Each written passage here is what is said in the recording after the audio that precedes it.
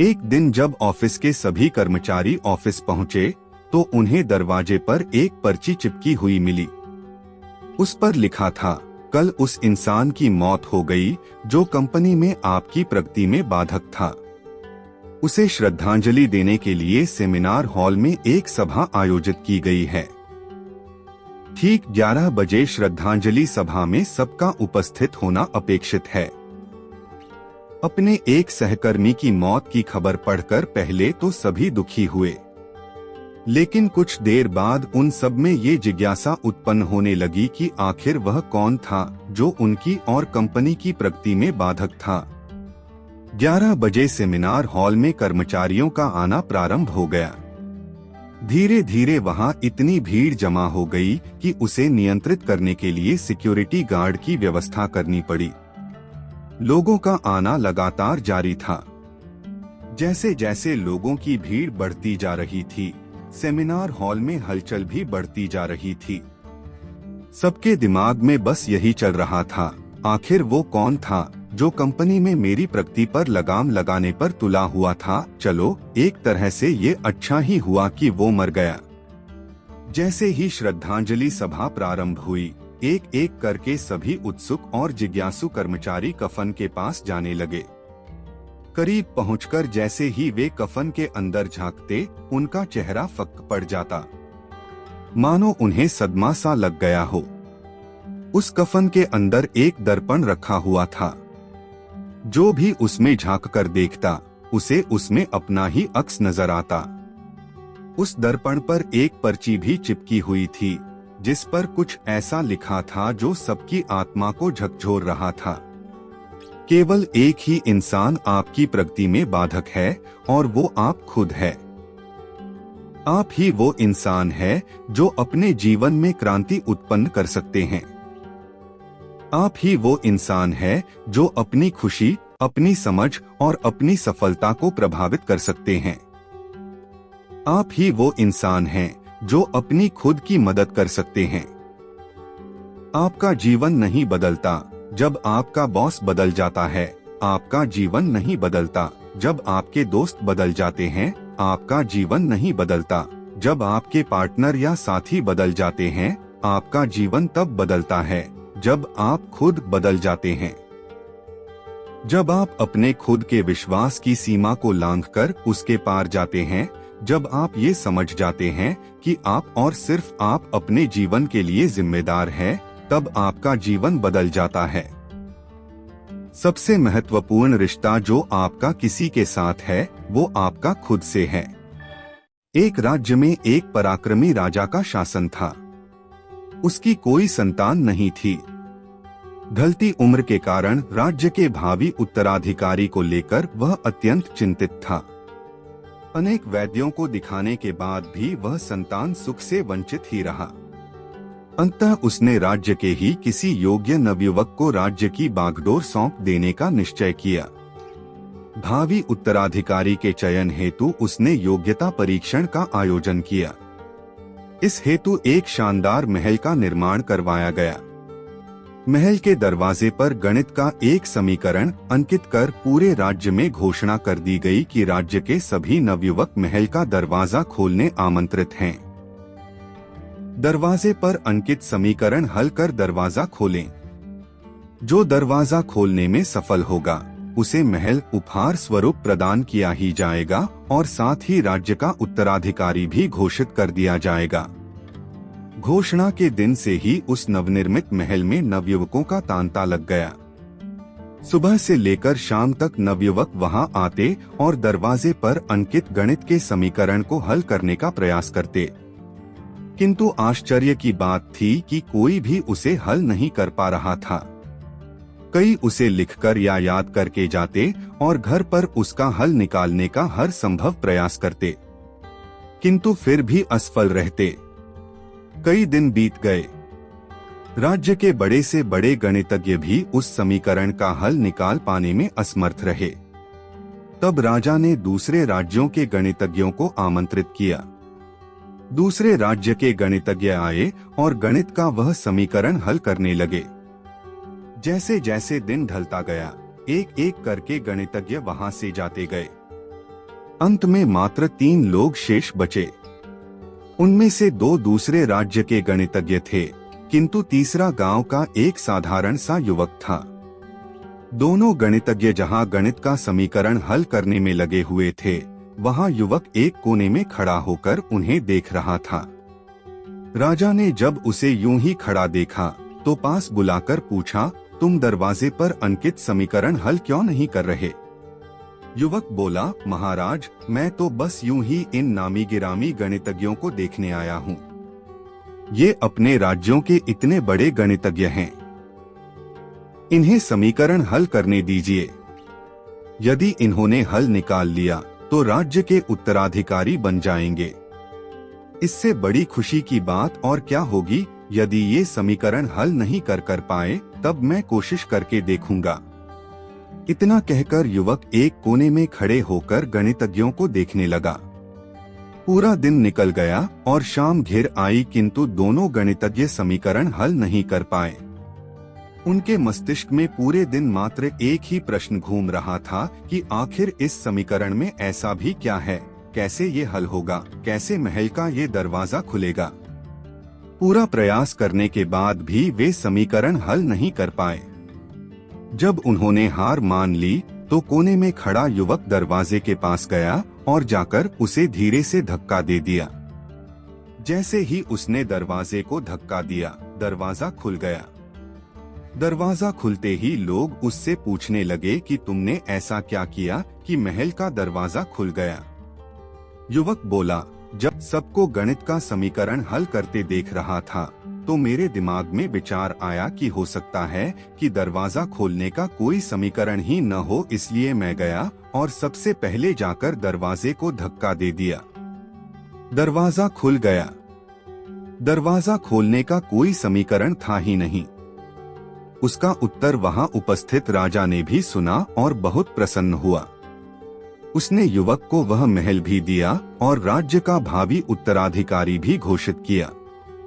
जिंदगी में हम कई बार ऐसी परिस्थिति में फंस जाते हैं जब हमें लगता है कि हमारे सामने पहाड़ जैसी समस्या है, जबकि वास्तव में कोई समस्या होती ही नहीं, या होती भी है तो बहुत ही छोटी सी, लेकिन हम उसे बहुत बड़ा बनाकर उसमें उलझे रहते हैं। बाद में उस समस्या का समाधान अपने आप ही निकल जाता है, या फिर थोड़े से प्रयास के बाद। तब हमें एहसास होता है कि इतनी सी समस्या के लिए हमने कितना समय बर्बाद कर दिया। समस्या सामने आने पर विचलित न हो, शांति से सोचें और फिर समाधान करने का प्रयास करें। एक दिन की बात है। एक किसान अपने खेत के पास स्थित अनाज की कोठी में काम कर रहा था। काम के दौरान उसकी घड़ी कहीं खो गई। वह घड़ी उसके पिता द्वारा उसे उपहार में दी गई थी। इस कारण उससे उसका भावनात्मक लगाव था। उसने वह घड़ी ढूंढने की बहुत कोशिश की, कोठी का हर कोना छान मारा, लेकिन घड़ी नहीं मिली। हताश होकर वह कोठी से बाहर आ गया। वहां उसने देखा कि कुछ बच्चे खेल रहे हैं। उसने बच्चों को पास बुलाकर उन्हें अपने पिता की घड़ी खोजने का काम सौंपा। घड़ी ढूंढ निकालने वाले को इनाम देने की घोषणा भी की। इनाम के लालच में बच्चे तुरंत मान गए। कोठी के अंदर जाकर बच्चे घड़ी की खोज में लग गए। इधर उधर, यहाँ वहाँ, हर जगह खोजने पर भी घड़ी नहीं मिल पाई। बच्चे थक गए और उन्होंने हार मान ली। किसान ने अब घड़ी मिलने की आस खो दी। बच्चों के जाने के बाद वह कोठी के बाहर उदास खड़ा था। तभी एक बच्चा वापस आया और किसान से बोला कि वह एक बार फिर से घड़ी ढूंढने की कोशिश करना चाहता था। किसान ने हामी भर दी। बच्चा कोठी के भीतर गया और कुछ ही देर में बाहर आ गया।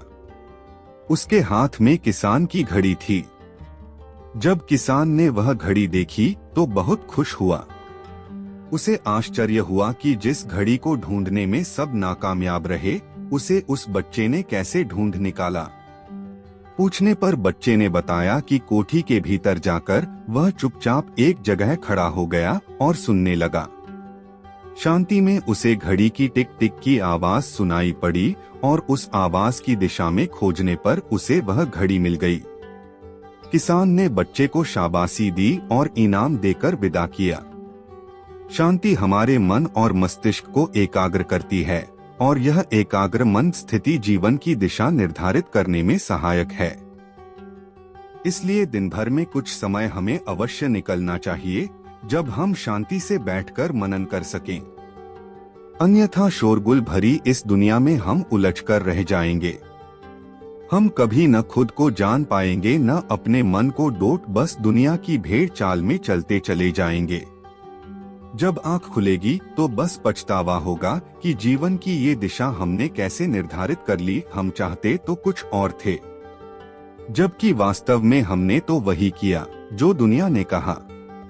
अपने मन की बात सुनने को तो हमने समय ही नहीं निकाला। एक गांव में एक किसान रहता था। एक बार उसे कहीं से बांस का एक अंडा मिला।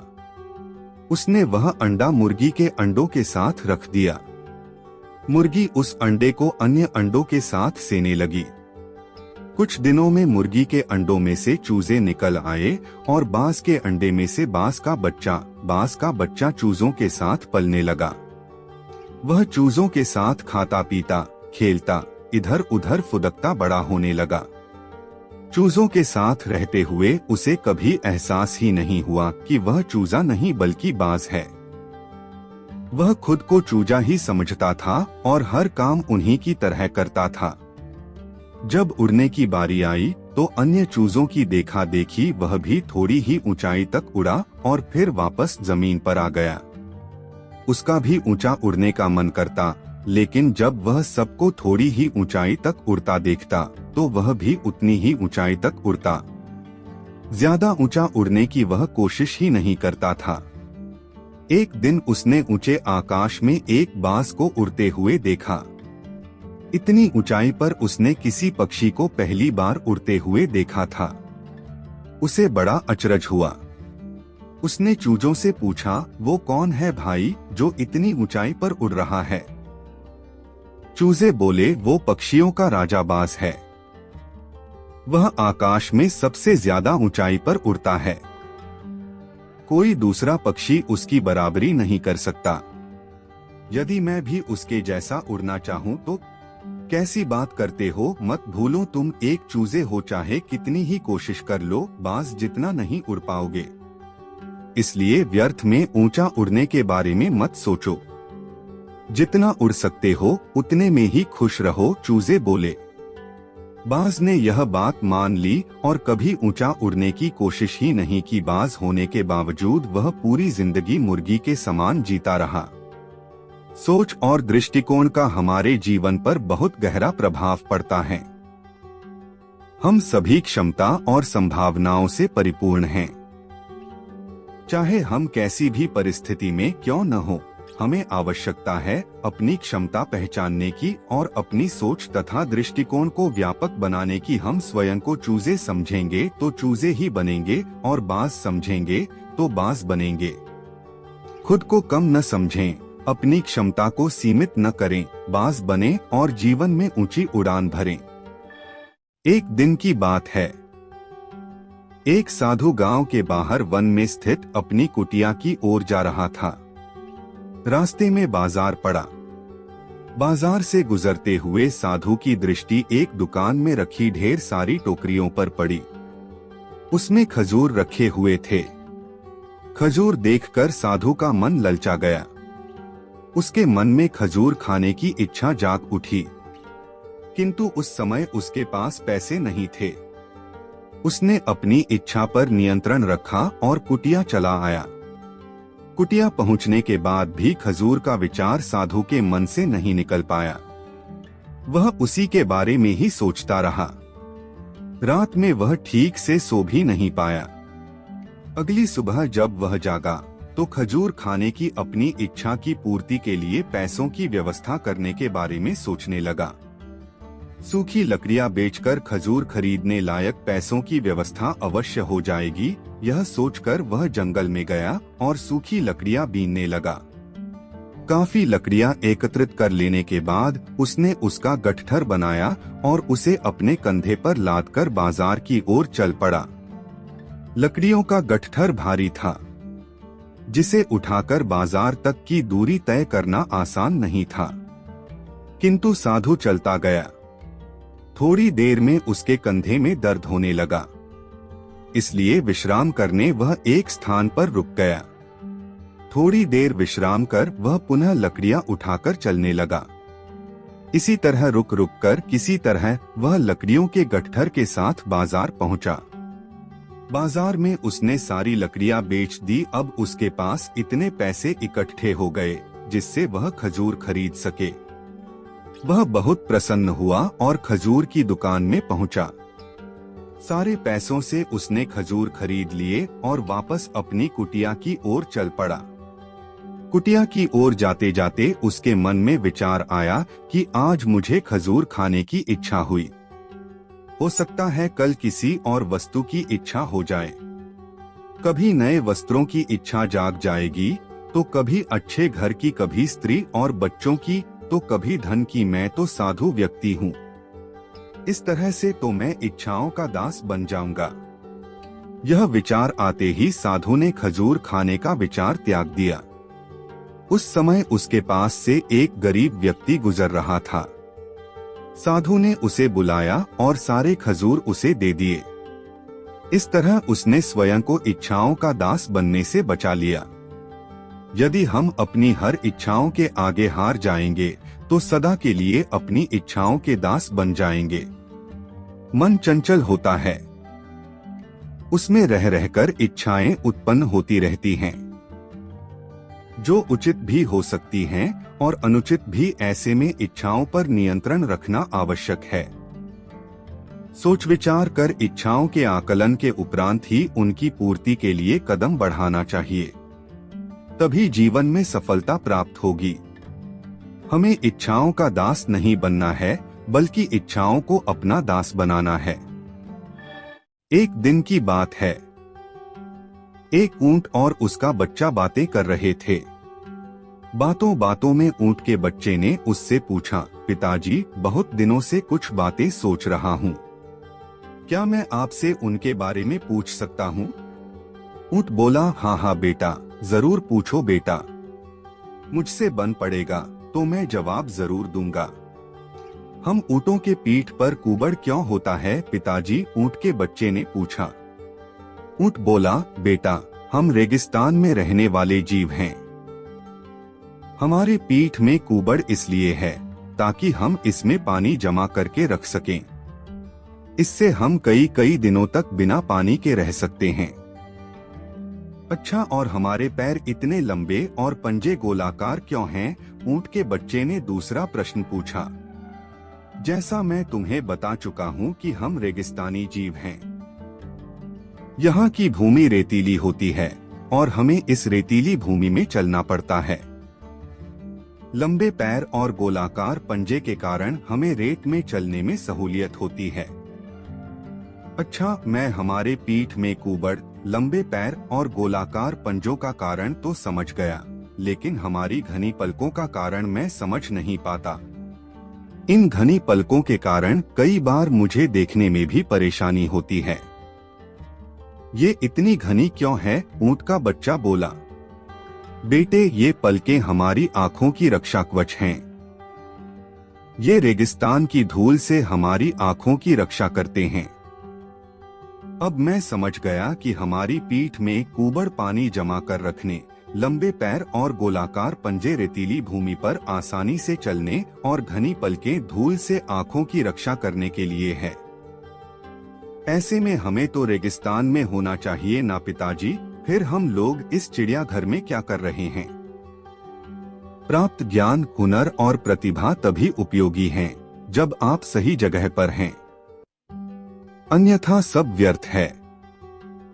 कई लोग प्रतिभावान होते हुए भी जीवन में सफल नहीं हो पाते क्योंकि वे सही जगह, क्षेत्र पर अपनी प्रतिभा का इस्तेमाल नहीं करते।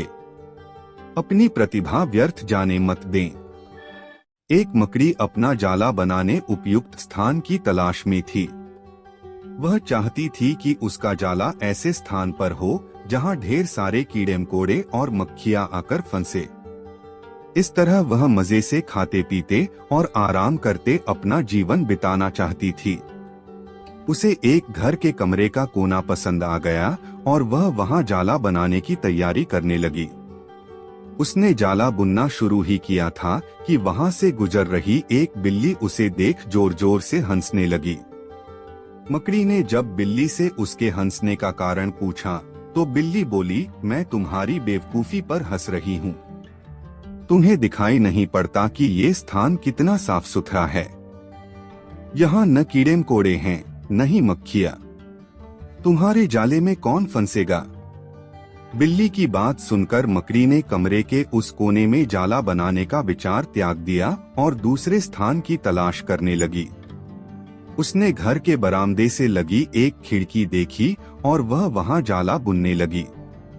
उसने आधा जाला बुनकर तैयार कर लिया था, तभी एक चिड़िया वहां आई और उसका मजाक उड़ाने लगी। अरे, तुम्हारा दिमाग खराब हो गया है क्या? जो इस खिड़की पर जाला बुन रही हो, तेज हवा चलेगी और तुम्हारा जाला उड़ जाएगा।